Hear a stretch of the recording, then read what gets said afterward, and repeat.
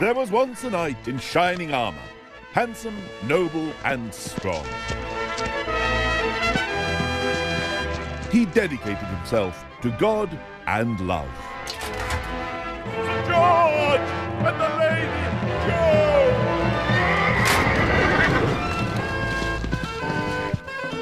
Wherever he went, he brought justice and mercy.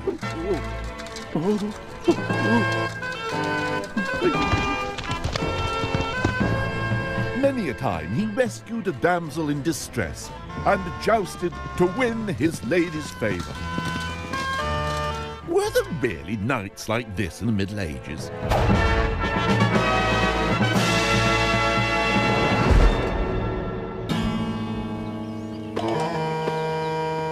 Or were the knights they remember here in the Italian town of Cesena more typical? One day in 1377, a troop of knights and armed men rode into the town, closed the gates, and set about killing every man, woman, and child.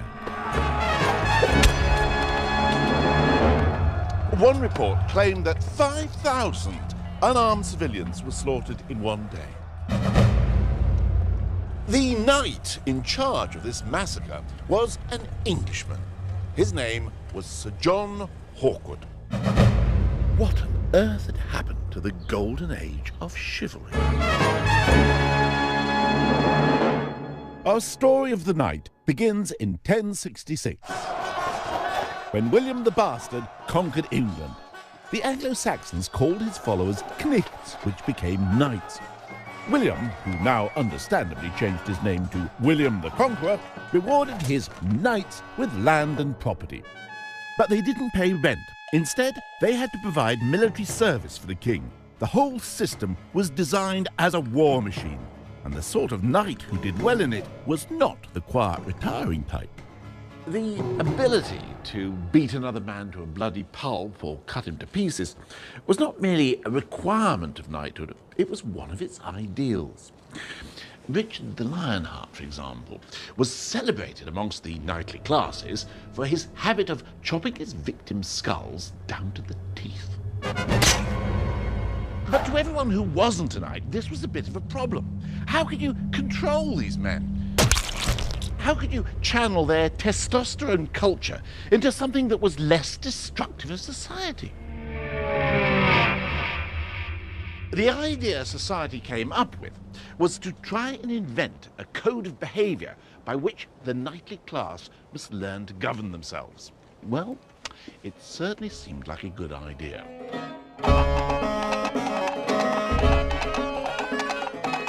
What made the Norman knights different was the fact they fought on horseback.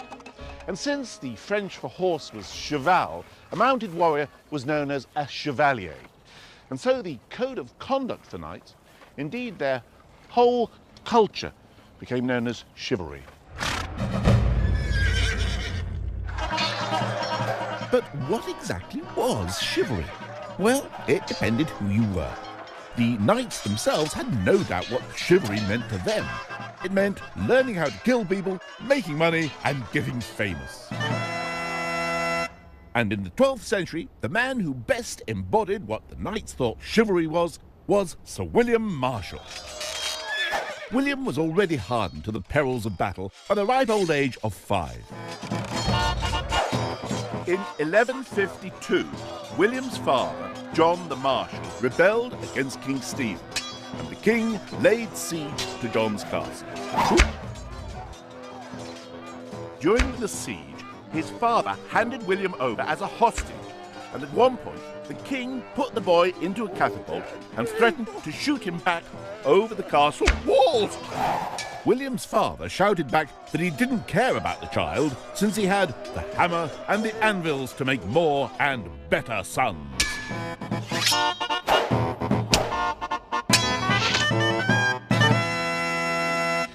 William clearly knew what it was to have a caring, loving father. And just to make sure he got the point, when his father died, he didn't leave his son a penny. William was faced with two alternatives: join the church or become a knight.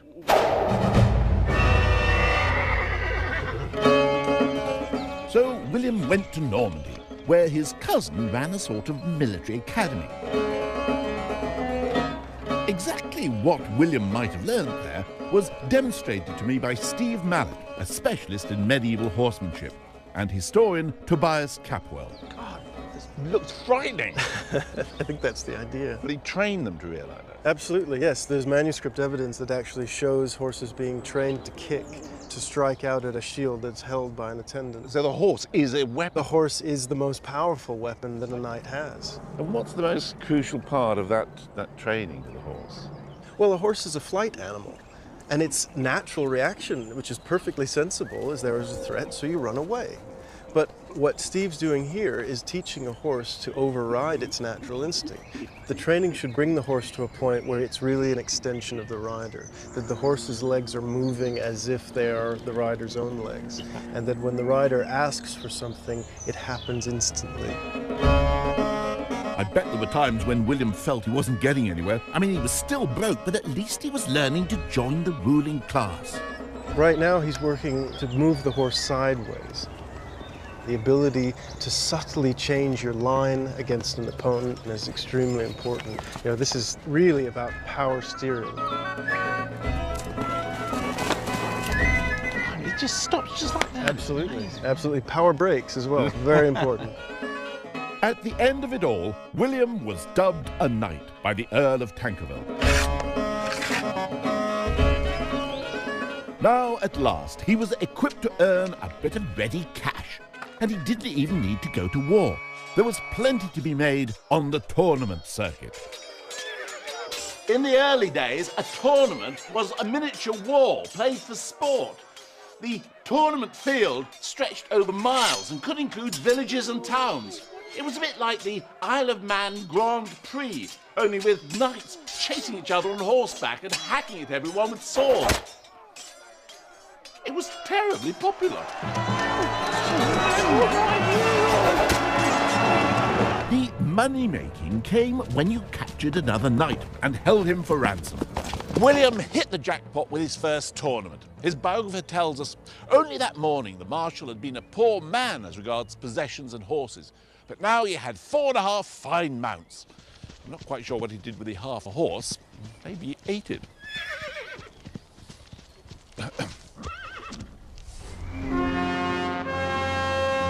Sir William didn't just get rich, he achieved that other aim of chivalry, fame. While he was still in training, he caught the eye of Queen Eleanor of Aquitaine. Well, a lot of young knights did. But then he served her husband Henry II with great success. In return for his loyal service, Henry rewarded William with the hand of the most eligible heiress on the market. She came complete with oodles of land and her own castle. And this is it, Chepstow. Well, the landless William had finally become a man of property. It was every knight's dream come true. He was famous as a warrior and one of the richest men in England.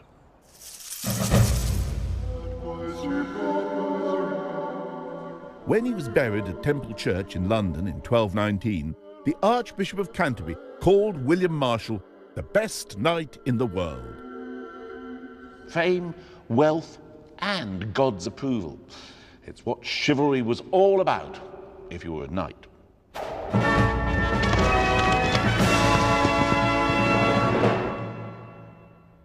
Oh, and sex. Knights used chivalry to legitimize doing the things they liked doing. Violence was intrinsic to the cult of chivalry. Even, you may be surprised to learn, violence to women. According to the great chivalric writer Chrétien de Troyes, if a knight found a damsel alone, he would sooner think of cutting his own throat than of offering her dishonour. But on the other hand, if the damsel were accompanied by another knight, and if it pleased him to give combat to that knight and win the lady by arms, then he might do his will with her just as he pleased, and no shame or blame whatsoever would attach to him. Well, isn't chivalry just full of little surprises?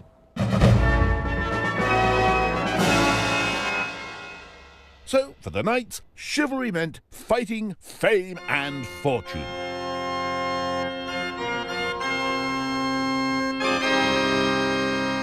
But there were others who wanted to harness the power of chivalry in their own interests. The church, which was itself often the victim of the knights' violence, had the bright idea of diverting their energies.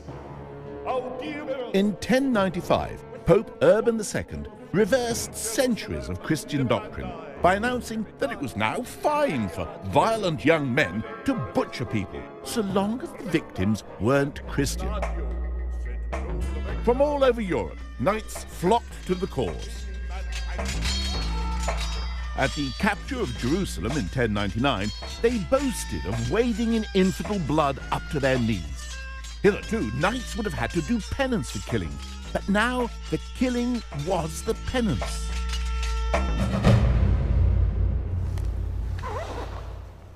In 1276, the Catalan knight-turned-hermit Raymond Lull thought he'd better lay down some ethical guidelines. Lull said that the proper chivalric knight's first duty was to defend the Christian faith, then his lord, and then women, widows, and orphans.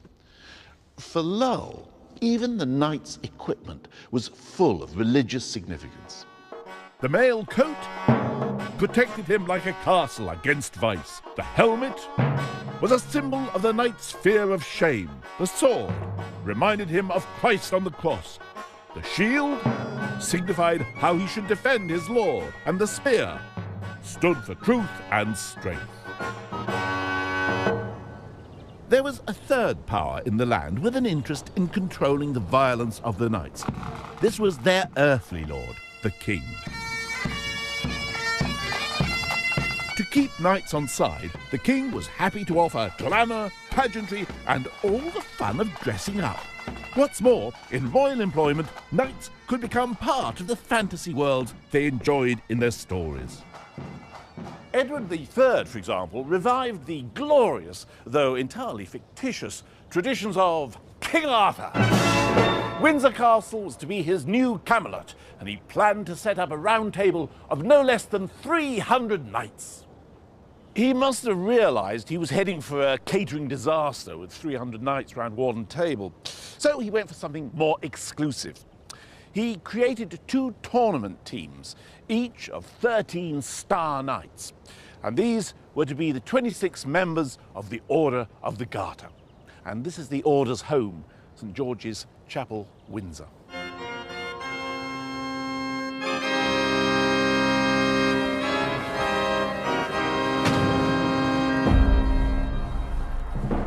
Even today, to be a Knight of the Garter is about as exclusive as it gets. And as a perk, you get free storage for your crest and banner here in the chapel.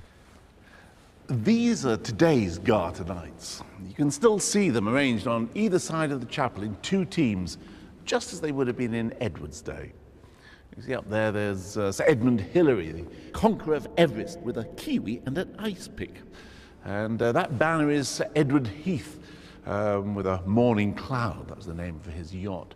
And over at the end there is the Baroness Thatcher, and she's the only one without a sword. They're probably going to give her a battle axe.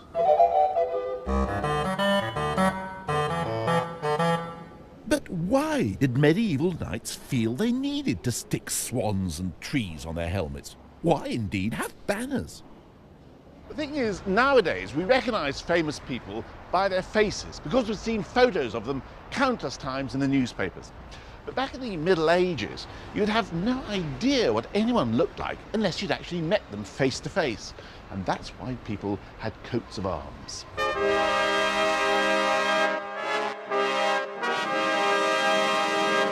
So, David, if I were to be granted a coat of arms to tell people who I am, what might it look like? Well, we have prepared an approval sketch which shows what you might be granted. So you will see here the main charge on the shield is very bold and simple. It's just a great big yellow snake. It's a gold python, which is a reference to Monty Python. For the crest, animals also make the best crests, and we heard that you were rather dominated by your bossy cat at home. So we've given you your cat, and it's holding a quill pen to represent your writing career. I would like to point out that the cat does not do my writing for me. Ah, and I see there's a motto here. Messias non est. I think you know what that means. He's not the Messiah.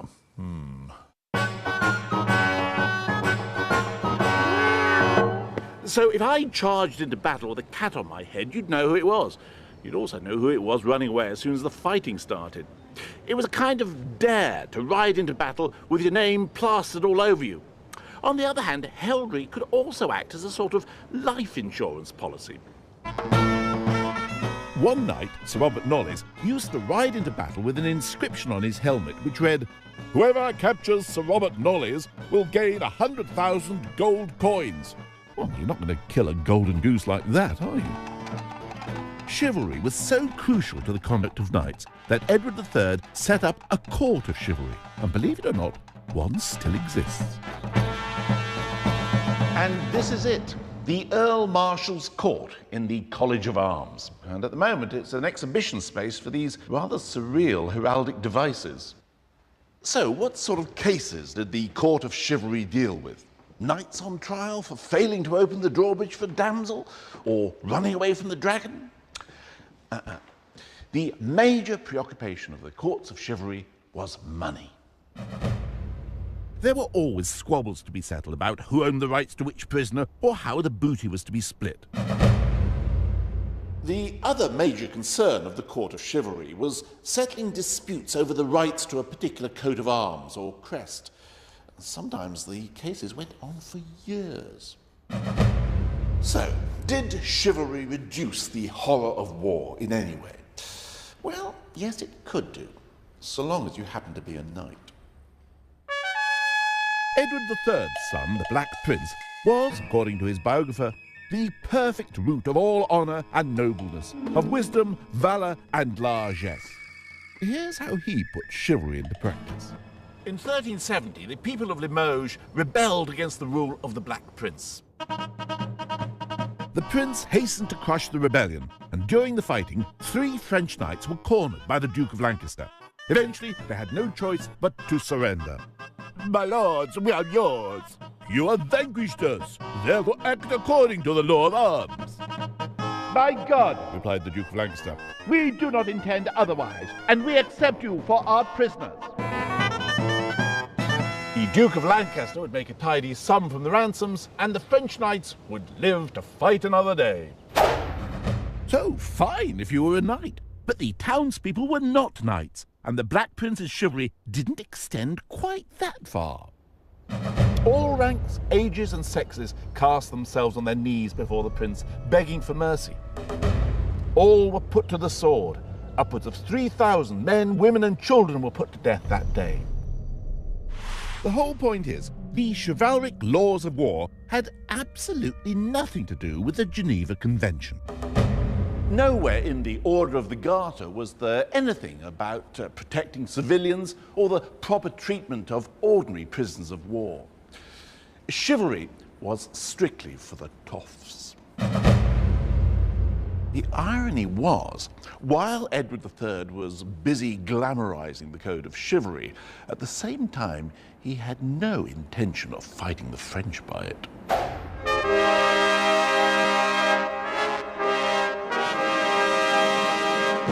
The army he took across the Channel in 1339 was fundamentally different in its makeup from previous armies. You see, the nature of warfare was changing, thanks largely to economics. In the 14th century, there was an arms race going on just the same as today, and knights were finding it increasingly expensive to get themselves onto the battlefield. Since Roman times, the standard bit of kit had been the mail coat, but developments in missile technology had brought a new kind of arrow that could go straight through mail.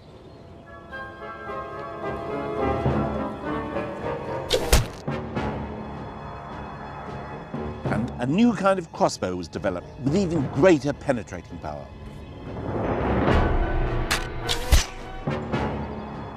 So knights started looking for extra protection.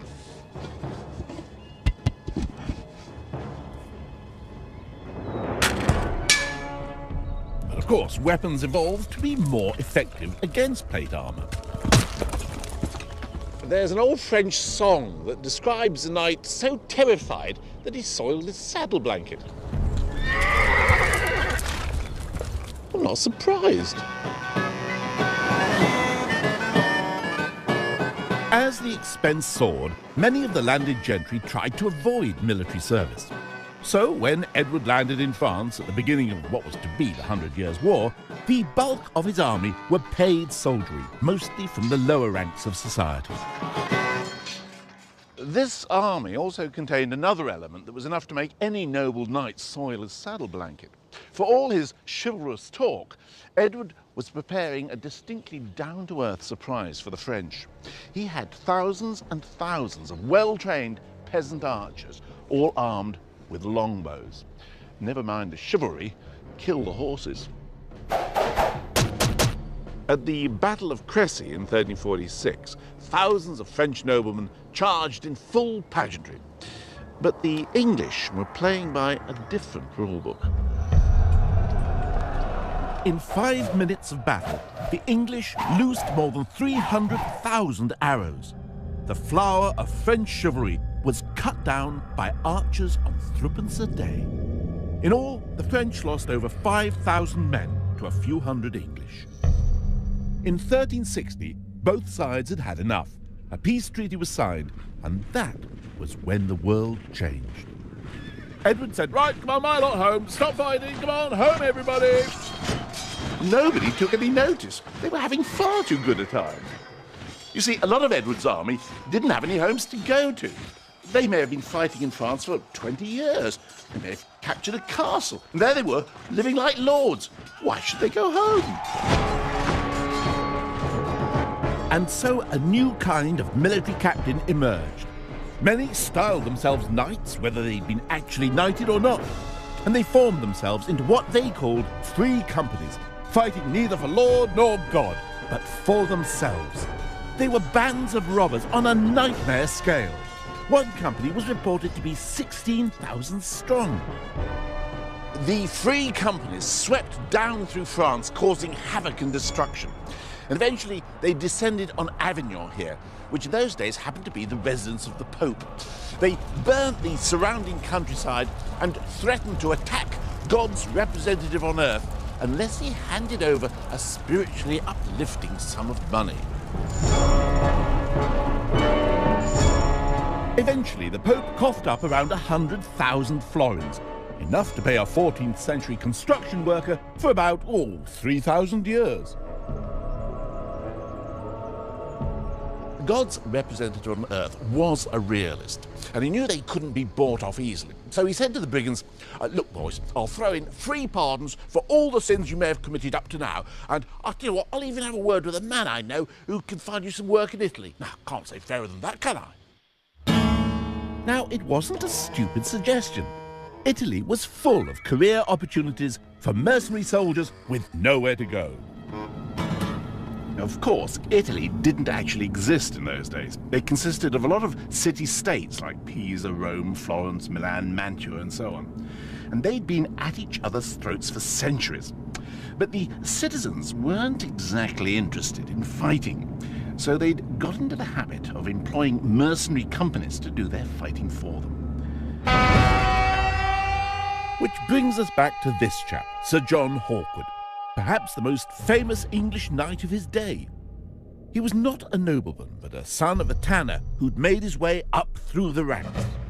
Hawkwood soon established his own mercenary company and made such a good living fighting for whoever would pay him that he was able to buy several castles, like this one in Tuscany. Not bad for a poor lad from Essex. Sir John was not a chivalric knight. He had no pretence to lofty ideals, and he didn't fight for glory or honour. He was simply a businessman whose business happened to be war.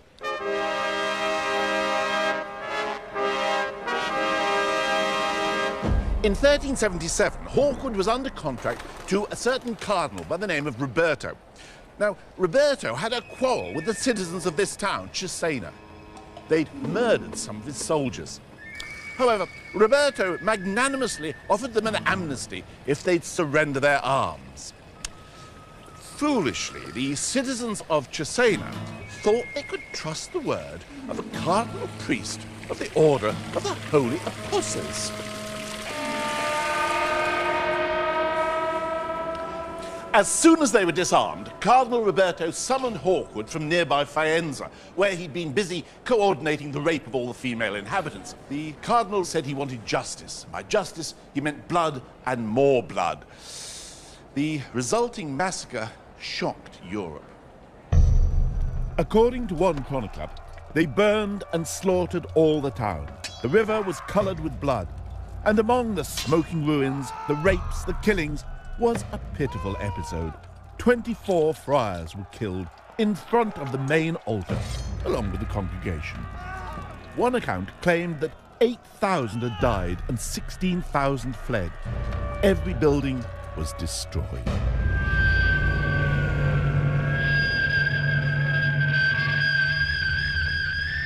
However, this wasn't the sort of thing that harmed a military man's reputation. Far from it. And for the last 15 years of his life, Hawkwood was under more or less permanent contract to the city of Florence.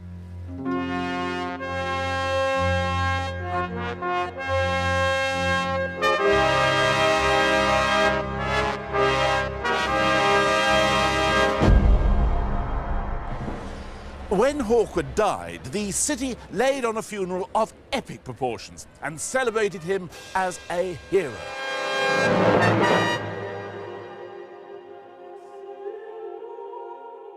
The Florentines never lost their sense of business. You see, they'd promised Hawkwood a magnificent marble tomb right here in the great Cathedral of Florence. However, when Richard II requested Hawkwood's body be returned to England, the Florentines decided to cut their losses, and instead they put up this magnificent painting of what the magnificent marble tomb would have looked like if they built it. Nonetheless, the tanner's son from Essex had become virtually a nobleman by turning warfare into a business. The mercenary and the knight had become one and the same. But was there ever really a difference? The knight of fantasy never really did exist. All that rescuing damsels and helping the weak was just wishful thinking.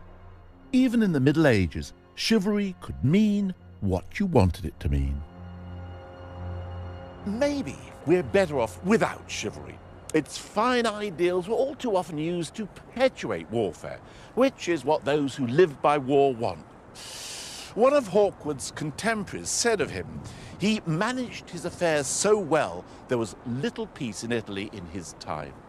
And I guess it's still true that those who promote war are usually those who are going to profit from it, whether they're arms manufacturers, politicians, or knights in shining armor.